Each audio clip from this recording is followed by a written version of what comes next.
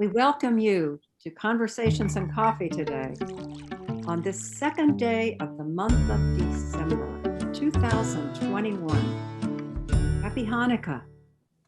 I'm Ellen O'Shaughnessy, coordinator of the program.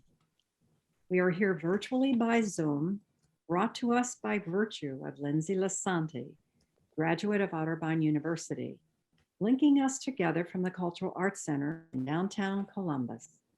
And Katie Fisher, graduate of Columbus College of Art and Design, creatively getting the word out on our website for our beloved Cultural Arts Center. We have a great faculty, staff, with Director Jeffrey Martin's leadership, bringing the arts to the city. We're delighted to have with us today Stephen Riggs, our Loft Gallery artist, whose exhibit is entitled The Human Factor. I was at the opening last Friday night, and I can testify that it is wonderful. Contemporary and classical, a celebration indeed of the human factor. Stephen shares that from a very young age, he's always been able to draw and has been able to capture on a single dimensional plane what he observes in the three-dimensional world. In junior high and high school, he was enamored with the Renaissance. He writes, "Everything I observe regarding science, architecture, art, literature, seemed to hinge on what happened during that Renaissance period." And we know that's the 14th to the 17th centuries. There was a rebirth of philosophy, literature, art. Stephen spent countless hours studying, buying books, reading everything he could get his hands on about the Renaissance period. He wanted to know how they did it. How did Titian do what he did on canvas? Remember that Titian red? Huh? How did the Dutch masters create such intense realism? All through his adult life, Stephen progressed, studied, exhibited his work along the way. Then he began to study architecture. He took a job drafting for an engineering firm and absorbed and learned everything he could. He studied the architectural works of Michelangelo and marveled at how much one man could design so much. He was lucky enough to get to see the preliminary drawings and designs for the Sistine Chapel in St. Peter's Basilica. Stephen taught for more than 5 years at the Decorative Arts Center of Ohio, and on and off throughout the years following. Excuse me. Presently, he paints many portraits, which he really enjoys doing. He likes to work to capture the person's personality, the human factor. Even in his landscapes, he experiences that there are elements that show that humans have been in the landscapes. Being very human here with my having to clear my throat. As humans, we touch every part of our world and we leave our mark behind. Stephen's work's been exhibited in solo shows at key galleries such as Schremschrock Gallery, Art and Home in the Short North Arts District, the Decorative Arts Center of Ohio, the Pump House Center for Chillicothe, Columbus State Community College, and Gallery 831. We are delighted, Stephen, to have you share your amazing works. Thank you for being with us today. Take it away with Lindsay, who'll be sharing your images, huh? All right. Well, it's good to be here. Oh my. Oh, okay. Beautiful. Now, Ellen and I were talking just before the Zoom meeting started, and I'll have to backstory this with a little bit of what my wife has to put up with. This is a walking trail, and a lot of you probably know where this is. This is Blacklick. That's the walking trail in Blacklick. And we used to love to walk that all the time, especially in the spring and the fall. And this is one of those times when luckily we were not in a car And I said, stop, we have to stop right here. And I started taking pictures because it was one of those times when you only get light for maybe 60 seconds. So, and once again, you've got a walking path through nature where humans go back and forth and enjoy. Beautiful. Beautiful.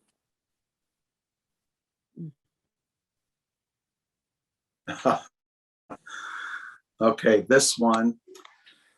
There's a young lady that lives across the street, and she has a little boy, and there were kittens outside of her house in the front, and her little boy was playing with them, and one of them was chasing a butterfly, and I started taking pictures. So she came out, and I said, "Is this your cat?" And she said, "Oh, no, it's not my cat." And I asked her, I said, "Did you feed it?" And she said, "Yes." I said, "That's your cat." So, and it still hangs out over there. And you put that butterfly there, huh? Is that Yeah. what that is? Yeah. Uh-huh. Well, tell us how you put this together. Well, the cat was just like, cats are enamored by everything, they just, they're fascinated. And that's what that cat was doing. It wasn't like a little kitten, but it was small, and it was just enamored by everything. And I think children are a lot like that. I've done a lot of portraits of children, and we might get into that, how children, it's a lot easier to capture the personality of a child and the wonder of a child because they're not inhibited at all.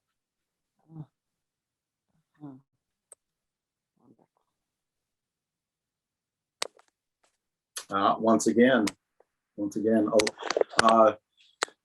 oh my gosh, this was exhibited 4 years ago, I think 4 years ago at Columbus State Community College. This was in the fall, and this is the lane going back to my brother's property in Perry County, early fall. Beautiful.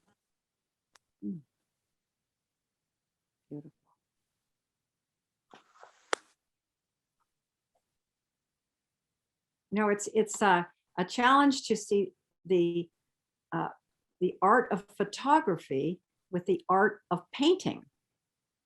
Well, that's an interesting. I am not a photographer. Let me say this, but I will take photos and use them for reference if I can't be there on the scene and paint on site. But I'm not a photographer. I simply use them for reference and then get rid of them. I would never. I can't think of a single photograph I've taken that I would say I need to exhibit that somewhere. That's just not going to happen. That's beautiful, the transition. Gorgeous. And tell us about color. How color, that's interesting because I think that you highly appreciate Van Gogh, as do I, one of my favorite artists. And I think if you study color, when it comes to art, the viewer only knows what the artist tells the viewer. Yeah. So in art, color theory is extremely important. And I think that was the genius of Van Gogh, was if you're going to study amplified color theory, you're going to study Van Gogh, because he greatly punched up the vividness of the colors. And I think that studying that has enabled me to get that three-dimensional effect. If you look in the background of that painting, the further away things are, the more blues and purples there are. And as you come forward, here comes that orange and the yellow that Van Gogh played up so well. And it creates a three-dimensional thrust. Mm-hmm.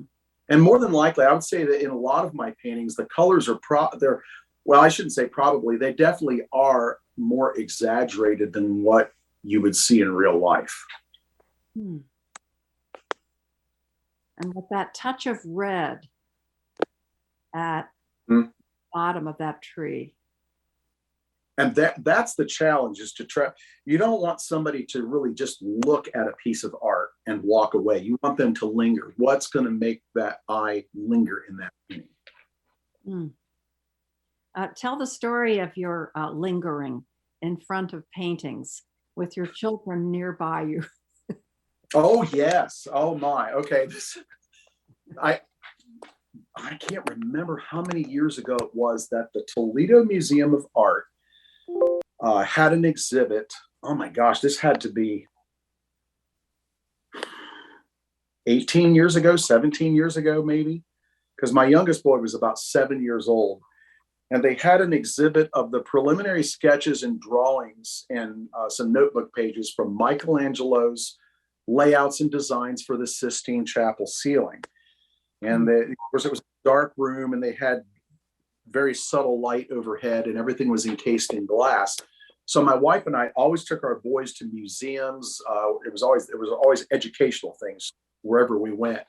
And I'll never forget looking at Michelangelo's layouts for one corner of the Sistine Chapel ceiling and staring at these drawings. And it was very quiet in there. And there must have been about 25 people there. And my youngest boy, who's about 6 or 7, starts tugging on my sleeve. He says, Dad, can we go? How long do you have to stand there and look at that? And I looked at him and I did that parental grit your teeth thing. And I said, he didn't have an eraser.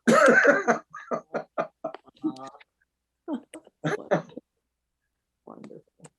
Great story.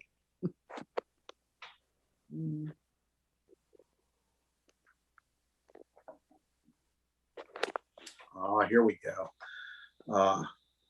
This, I love Shakespeare. Love Shakespeare. And this is Ophelia. And I also Alfred Lord Tennyson, some of his work. And there's times that I've taken thematical themes from Shakespeare or Sir Alfred Lord Tennyson's poems or things that touch into Greek mythology and use them in paintings. And I did a series of paintings of the character of Ophelia, maybe 4 or 5. I think a couple of them have sold, but this is one of them here. Oh. The whole theme of unrequited love. And there again, you see the glow of the light is greatly exaggerated to draw attention to her.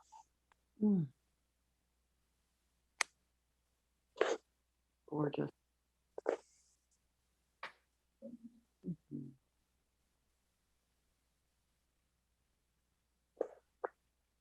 Oh, here we go.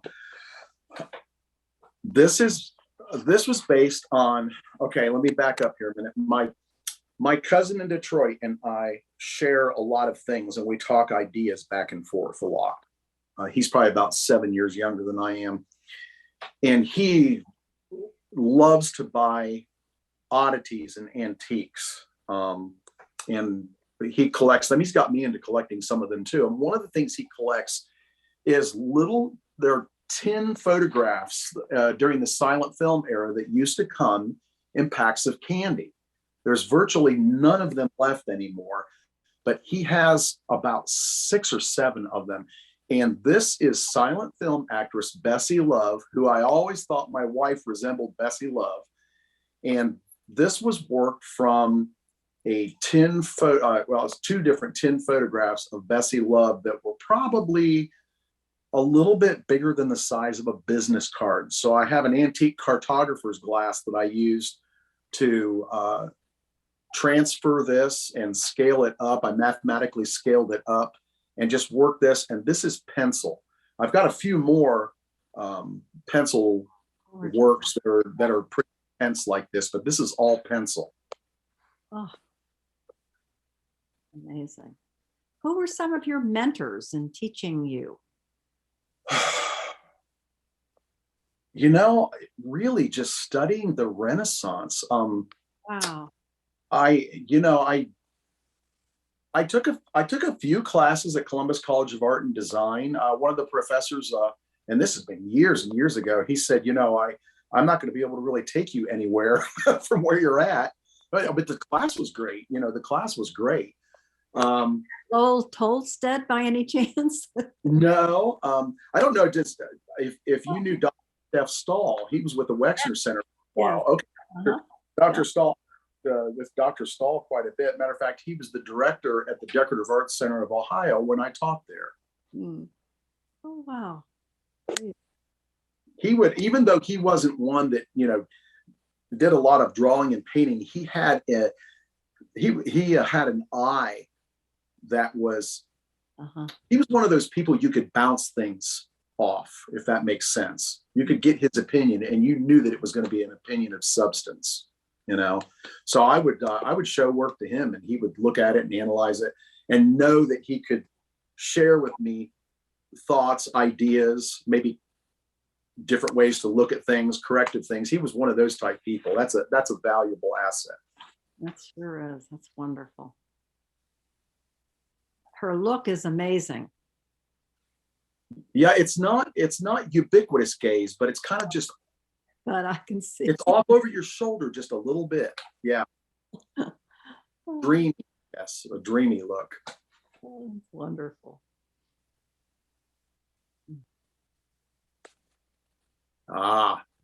There's a series of 3 paintings, and they are all in this exhibit based on here again we go Shakespeare, the Tempest.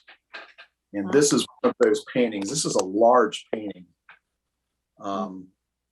So the whole idea, and it's almost kind of a mythological sea witch depiction,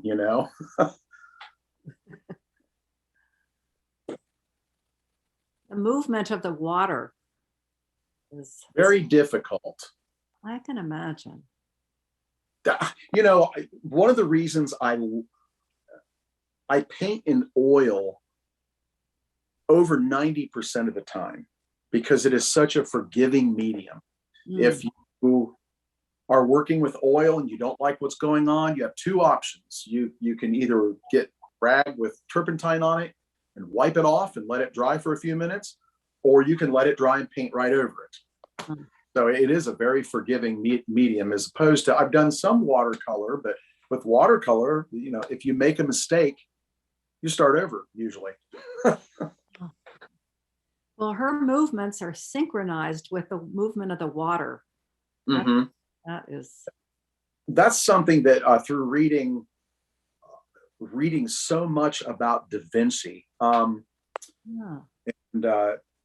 Bill Gates is the private owner of the only privately held book of his notes and works belongs to Bill Gates, but Bill Gates has shared that with the public. And my sister lives in England, and she's a doctor of Egyptology, graduated from Oxford with her doctorate. And she's written several books, and she sent me a book of Leonardo da Vinci's anatomical drawings with all of the notes that he made. And the English transcription of those notes. And of course, Leonardo wrote everything from right to left. He wrote it backwards. And one of the things I noticed is that he spent a lot of time studying circular motion, and that whole idea of using circular motion to draw your eye into a piece of art.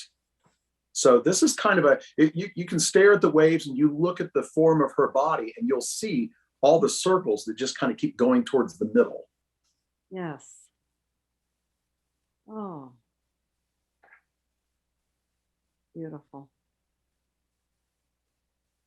When you're working on like a large piece like this, do you start like with sketches, or do you just go straight onto? That's an excellent question. I always do sketches first. Boy, especially with portraits. I just finished a portrait this week. And before I even went to the portrait, I probably had 5 or 6 sketches that I made, because, especially when it comes to people, because we are 3-dimensional. You could give me a photograph of yourself and say, hey, could you draw me? Well, sure, I can get your likeness down and everything, but you're a 3-dimensional creature and you occupy space. So that whole idea of doing different views and getting a three-dimensional concept is vital, because when you go to canvas, I'll do some very light sketching with pencil on canvas to kind of lay out where things go. But really what I'll do is I'll do most of the sketching with like a thin brush and turpentine and burnt umber. And the reason being, especially if you're doing flesh like here, if you've got graphite or pencil residue on that canvas, once the paint touches it, it's going to absorb it, and it's going to it's cover up the paint. So if I do several preliminary sketches, what happens is how do I describe this? Okay, when you get up at night to go to the bathroom, let's make it real simple. And you turn the light on and you blind yourself, or maybe you don't turn the light on, but after you turn the light off, there's that image of the room. There's the image of what you saw, and it stays there. So there's this idea that you stare at something, you absorb something, and doing those preliminary sketches does it's kind of an imprint that sticks with you. And so you want that visualization so that when you go to canvas, you can make it happen on canvas the way you want to. Or if it's a person, you maintain that person's likeness when you start painting. Uh-huh. So yeah, preliminary sketches are very important. Mm. Especially for placement, like placing her on that canvas, getting her in the right place.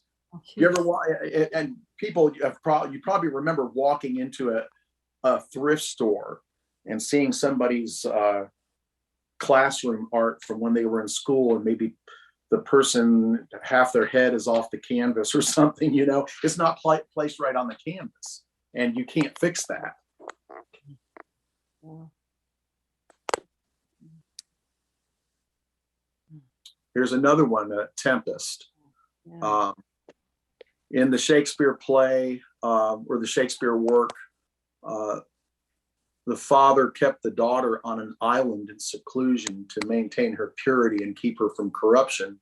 And of course, it's been a long time since I've read it, but the sailor would come in close to the shore, and he began to speak with her and have a relationship. And of course, the father found out about it, and he cursed the ship, and the ship was cast upon the rocks. And so here's the ship on the storm of the sea, the tempest. And again, this there's a sense of in this painting, it's not real. I mean, if you look at it, you don't think about it at first when you see the painting. You think about the turmoil of the waves and what it's like, but look at the color changes in the ocean. Yes. Those vast color changes make the scene more violent. You're not going to see that in real life. I mean, not that you should go out on the ocean and try to get yourself in a storm to find out, but you're not going to see those color changes like that in real life. But for the painting, they work. And again, that's a very Van Gogh thing. Do something with color, which people thought he was crazy at the time. Do something with color that's not real. Do something with color that speaks directly to human emotion and not human intellect. Mm-hmm. What is it? Oh, here we go. This one here is from the poem, Henry Wadsworth Longfellow's poem, Evangeline. And I've played with this a little bit. The model for this was my auto mechanic's wife. In the poem Evangeline, it's described that her hair was not blonde, but hey, my auto mechanic's wife is blonde, so we used her for this painting, and we just went to the corner of the woods, and I told her, I said, I want like this, I want something classical, I want like a petticoat type look. So we kind of had to make up the clothes that she's wearing there to get this to work. And this is one of those things where I punch the color up quite a bit. made it more extreme than what was there in real life, which is that's a touchy thing to do. When people walk through an exhibit, it could be this exhibit, the human factor. It could be any exhibit where there are paintings. The viewer sees the painting, and this one here is about almost 3 by 4 feet, but they don't see what goes into the painting. There were several preliminary sketches before I ever decided on the way she was going to be standing and posing here. But they also don't see what canvas was ruined, what ideas didn't work that got pitched out before the final, And this is one of those. This is like the third, I believe this was the third attempt to do something on canvas that I was happy with the layout. As a matter of fact, years from now, when I'm gone and somebody decides to do an X-ray of it, they're going to see an underpainting under there. Her red jacket is just the perfect choice, huh? Yeah, the red just really stands out, especially against that green, that whole top thing. How long would it take for you to do this? Oh, how long did I have? Well, now think about this. There are times when you're working on a painting where you have to let it sit. There's 2 things I can think of that take a long time to dry, really 3. Red, greens, and whites take a long time, not just to dry, but to set up. So there's times, especially if you're glazing and you're layering, you'll have to let that painting sit for 2, 3, 4 days, sometimes a week. And then there's times if I get stuck on something, I'll set it on an easel and it'll sit there, and I'll walk by it and I'll look at it, or I won't look at, maybe I won't look at it for 3 or 4 days, so that the next time I come back and look at it, it's like a fresh view. And all of a sudden you're like, oh, okay. And you're unstuck for some reason, So actually working on it, it's probably, gosh, there's probably got to be at least 72 hours of work in it. So artists don't get paid by the hour. No one could afford it. Her dress, or the folds in her dress are like the waves that you had. It's gorgeous. Oh, yeah, and the funny thing is, this is like I say, it was my auto mechanic's wife. And he's moved now. They don't even live around here anymore. But she was the type girl who never wore a dress. She didn't even wear a dress to a wedding. They loved to ride Harleys, and they had all the biker gear and everything like that. So for her to be in a dress, it was like a transformation. Did she enjoy this? Oh, she loved it. Yeah, she thought it was great. She had fun. Imagine so. Well, she's beautiful. The Old Philosopher. And this is one, gosh, I've photographed this painting, and I cannot get it to have the impact that it does when you see it in person. It's one of those paintings. I started out doing there were 3 or 4 paintings I did strictly using Renaissance technique of glazing, and I used Rembrandt's palette. Rembrandt never used more than 6 colors in any painting when he mixed. And here's I should say this too. Not one single painting that I've done has black in it. There's no black to be found. So let me see here. Let me look at my colors here in my messy studio. So if you take phthalo blue and mix it with burnt sienna, anybody that's experimenting with painting, you can use oil paint, you can use acrylic paint. If you take phthalo blue and mix it with burnt sienna, it becomes extremely dark, and it'll fake your eye out into thinking you're looking at black. Then if you take it by a window, you're like, no, it's kind of a very, very earthy, very dark blue green. Because and this is how I look at it. black does not exist in nature. That's one of the things about digital photography that you have to be careful with, because shadows don't read accurately if you take digital photographs. Shadows are not black. And in digital photographs, they come out as dark grays and blacks, and that's not true.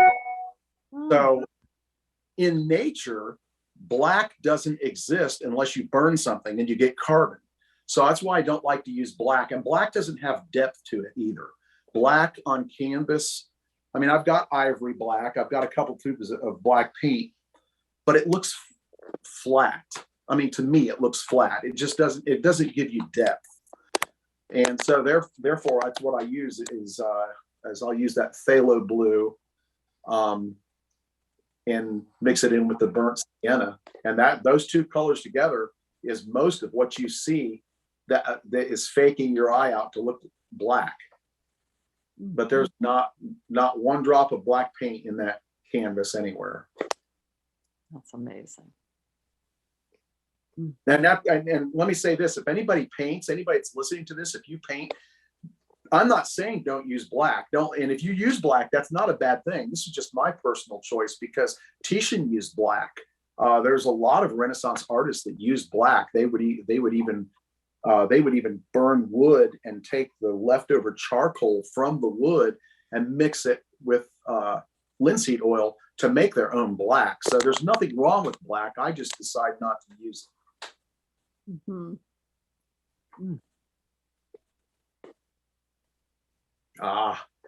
There's a good lesson in this one. I was always fascinated that Renaissance painters seemed to do, there were themes throughout the Renaissance, because there was a lot of religious paintings, and then there were paintings of elaborate sceneries, and then there were voluptuous nudes, and then there was what they had for lunch. It seemed like they would do paintings of fruit and vegetables and food. And I laid this one out and started on this painting in 2014. And I wasn't happy with it. So I let it sit for a while. Then I came back to it and I worked on it more, and I wasn't happy with it. And I painted over some of the fruit the way I originally had it laid out, and I wasn't happy with it. I had this old basket that I used, and it was actually a scene that I'd set up. So it was probably about a third of the way along, and I just said, forget it. And I threw it in the corner of my studio, and it sat there from 2014 until about a year ago. And I looked in the corner of my studio, and I'm like, this is a mess. I got to clean this up. I started moving stuff and cleaning up this corner where I had stacked some stuff up, old pallets and things like that. And I came across this painting, and it even had white paint flecked across it. Maybe I was working on something, and maybe paint had come off the brush and it was splattered across it. And I thought, I just need to pitch this out. So I took it downstairs and I set it on the kitchen table. And my wife says, "What are you doing with that?" "Well, I'm throwing it away." She goes, "No, you're not." She takes it back upstairs. So I thought, okay, well, maybe I need to finish it. So I disciplined myself to sit down and finish this painting. And it came out, it worked. So I think the lesson in that is, if you get frustrated by something, don't just go throw it out. I mean, this is an extreme case, but I got unstuck and I finished the painting off, and I thought, okay, well, I'm happy with that. So there's a tenacity involved. Not everything is just going to be this inspirational crank up Vivaldi on the stereo and get the brushes out and shut the world away and spend 4 hours doing magic on canvas, and then you're elated with it when you're done. Those things do happen now and then, but this wasn't one of them. It's just so wonder. I mean, you just want to take a piece of the fruit. You're hungry. It's so delicious looking. And that's the hard part, is to get that. There's a lot of glazing that goes into two things that require a lot of glazing. Okay, if you're doing something shiny, maybe glassware, if you're doing fruit like this here, or if you're doing flesh, there's a glow to it that you have to have. So there's glazing to where the initial color may be laid down, but then you'll let it set up and dry. And then you'll take linseed oil and mix a little more pigment in, but you'll make it so that it's see-through and do another layer and then come back and do another layer. So there might be 4 or 5 layers to where you're actually looking through these translucent layers of paint, because the light in the room or the light coming in the window is actually hitting the canvas and glowing back towards the viewer. Yeah. Ah. And the time that you would take with the detail, the basket, the individual grapes. Mm. We're glad you befriended it. That's another thing about painting, well, even drawing, painting, sculpting, anything you can think of. It's a series of asking yourself questions. Is that really what that looks like? Is that really what's happening there? You know, and asking yourself questions, and you're actually questioning yourself. Is that really what I'm seeing? Is that really what that looks like? And taking the time to stop and think about it and look at it and study it. But your transition from a photo to the painting is an exquisite gift of yours. That something has happened from that photo to this painting. And I'll see this originally when I laid this out, I just had the scene set up on the table. And I'll always, especially something like this, I'll always take a bunch of reference photographs, and that's the other thing about doing portraits. There's an intimidation factor. And the intimidation factor is this: is that person going to move? So in case they do, I better take a bunch of reference photographs, you know? Mm-hmm. And if you're working with kids, like if I'm doing a portrait of a child, you have to work from photographs. There's no way. They're not going to sit there. Mm.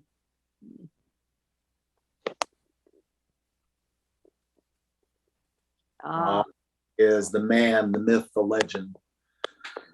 Vincent. I just entitled it Vincent. I've read everything I can get my hands on about Vincent Van Gogh. I've got a book that was my grandmother's about Vincent Van Gogh that actually has 3 pages in it that have 3 paintings of his that do not exist anymore because they were destroyed during World War II. The whole idea behind this was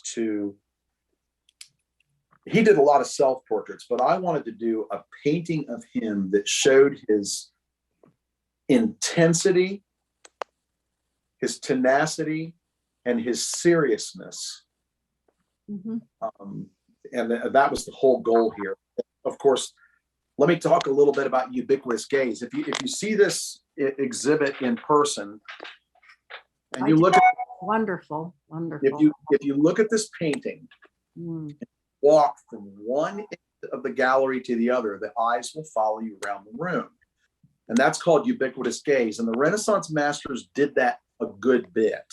If you've been to any large museum, you've seen at least a couple of paintings that have Ubiquitous Gays.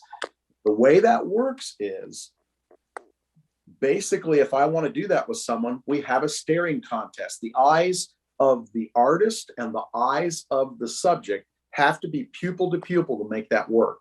It's that pupil to pupil contact, which is easy to do with photography. If you have a camera and you tell someone to stare into the middle of the lens, you'll get Ubiquitous Gaze right off the bat. Well, that's something the Renaissance masters didn't necessarily want everyone to know, but it's common knowledge now. So everybody can go do Ubiquitous Gaze if they want. That's amazing. Amazing.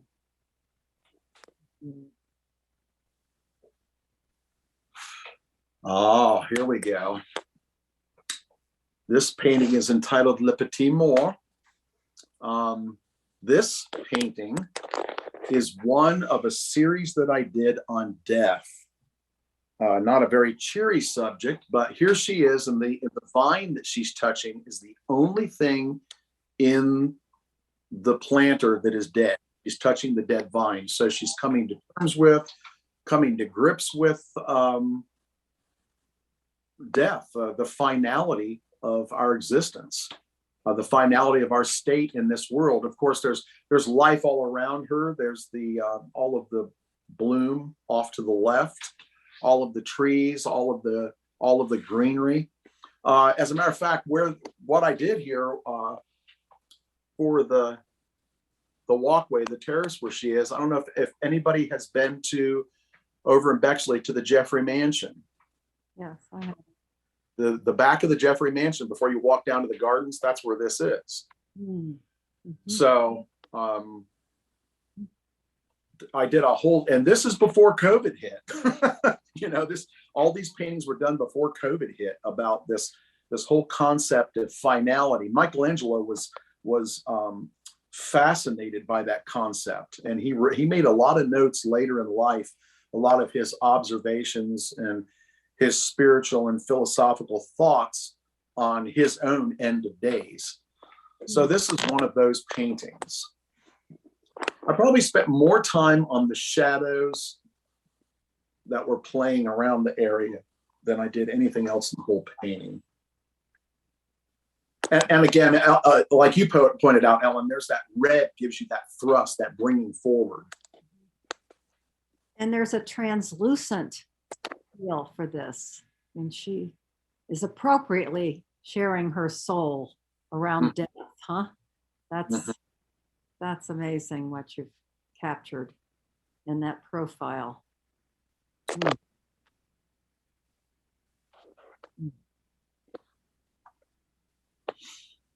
Oh, here we go. And here, this again is based on some of those old tintype photographs of Bessie Love from the silent film era. And here she is just picking blossoms from a tree. And I just thought this had a very, very Greco-Roman type feel to it.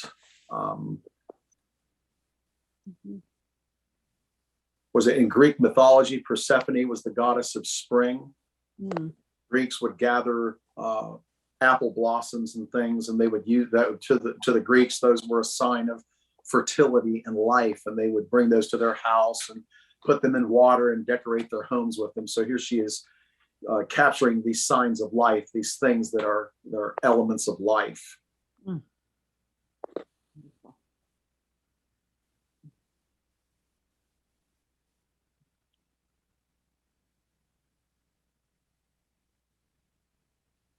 Okay, and this one here, this winter path, there's another painting that goes with this one that I almost put in this exhibit, but I didn't, simply for the reason I'm not ready for snow yet. I don't want to face it. I'm just not ready. But here again, you've got footprints, you've got that human element in this scene. There's no humans in the scene, but it's obvious someone had recently just been there. Gorgeous. You studied architecture. It must have come naturally to you. It was, I guess I could say this, it was the whole concept of it came naturally. I've always been able to think in a three-dimensional manner, to look at something and visualize what would it look like if I blew it apart. If I could take it apart in my head, what would it look like? And this whole idea of being able to conceptualize, it's a way of thinking. And architecture is a lot like that. The whole philosophy of cause and effect, which goes into painting too. If I do this, how does it affect that? You know, if I'm in architecture, if I move this wall 2 feet, how's it going to affect the load above it? How's it going to affect the room next to it? How's it going to affect what's under it? You know, and in a painting, there's a way of thinking about that too that makes it flow. If I do this, what's it going to affect? What's it going to do to the scene? You know, because in a painting, you can change whatever you want. You can put things wherever you want to put them. But just because you want to put it somewhere doesn't mean that's the right place it should be in a painting. If you take your thumb or your finger as you're looking at this painting on the screen, and you cover those rocks up so that you can't see them, all of a sudden there's too much weight. There's too much towards the top half of the painting. There's nothing to balance the painting out.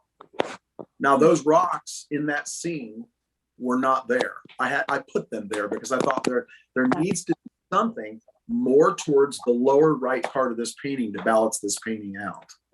Uh-huh. Oh, wonderful.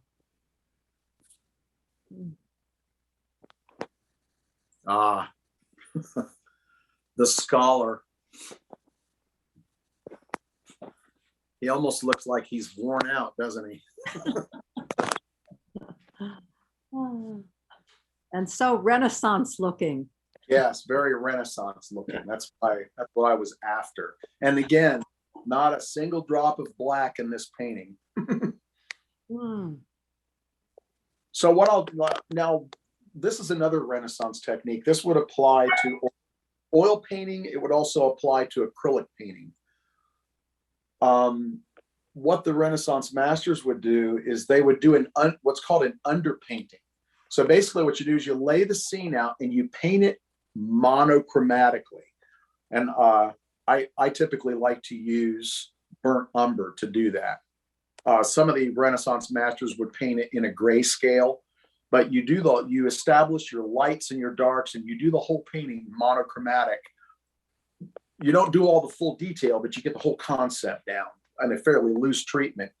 And then when you get it to the point where you're happy with what you're seeing as a monochromatic painting, then you start introducing color on top of it. One of my favorite museums is the Toledo Museum of Art. And if you go, gosh, it's been a while since I've been there, but they've got a couple big rooms that have a lot of mid to late Renaissance artwork in them. And there are a couple of paintings that are very large that were not finished. So out towards the ends of the painting, you can see that underpainting. You can see where the color trails off and stops. And just so everybody knows, one thing I would do, my cousin and I would get together and we'd take road trips years and years ago. And we would go to a museum and we'd get a camera pass. So we would, and I don't think they really even do camera passes anymore, but if you go to any museum, as long as it predates 1900, there's no copyright. Okay. So that's why you can copy Renaissance masters artwork. That's why you can use a Rembrandt painting for a cigar box advertisement, or you can put a mustache on the Mona Lisa and not get sued because there's no copyright. So if you go into a museum without a flash, you can photograph all of the artwork, especially Renaissance works. And my cousin and I would get together and we would spend hours, especially at the Detroit Institute of the Arts, just up close photographing, using digital photography to photograph the paintings, different areas, and figure out what were they doing here? What were they doing? How did they do that? What are we seeing here? And even to the point where there was a couple of books that he had, we found out things in the books that were wrong. There were things that were delineated in these books that were just inaccurate. So I think that was one thing that really helped me, was being able to stare at, and there's no sense in reinventing the wheel. So if somebody's done something, absorb what they've done and apply it. Well, that's the real spirit of Renaissance, isn't it? Rebirth. Rebirth. Yeah, you bring it to us. This is truly amazing. Are you teaching courses in this? I currently am not, but I should. I need to get back into it. I've taught sporadically on and off. In Groveport, 2009 through about 2012, I did several things there where they did some classes that were limited class sizes. This, a good friend of mine in Lancaster, Ohio, is a guitarist in a band, and he loves Jimi Hendrix. So I did this. This is colored pencil. This is a departure from me. This is all colored pencil. And so the whole idea was to get to get his personality. It's one thing to do a portrait and grab likeness. It's another thing to get personality. And, you know, watching interviews of him and watching the way he talked and his mannerisms and the way he smiled and what triggered his emotions. I mean, that's basically what you do when you do a portrait. You don't want to just grab likeness. I mean, it's okay to grab likeness, but to really bring somebody to life, to grab their personality, you actually have to spend a little time studying when they talk, how they talk, what are the things that trigger them, what's the things that gets them excited. Well, he's got personality for sure. Does he like this? Oh yeah. He like. Yeah. Oh yeah. Oh. The color of the hairband is wonderful. I think all the colors in that era were wonderful, weren't they? True.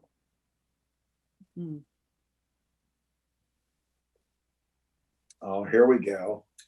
This is another one on the series on death.